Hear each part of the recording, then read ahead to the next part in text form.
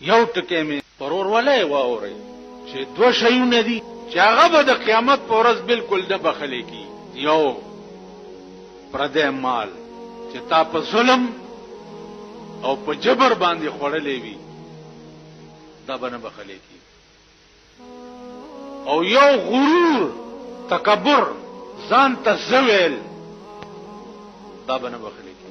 دا زټکه دا دومره خطرناک ټکی دی چې عمر او ابد الاباد د پاره د سړی بیړه تبا کی. شیطان څومره مشهور شی دی. شپږ لکه کاله د خدای عبادت کړو، شپږ لکه کاله، او د ملائکو استاد پاتې شوی.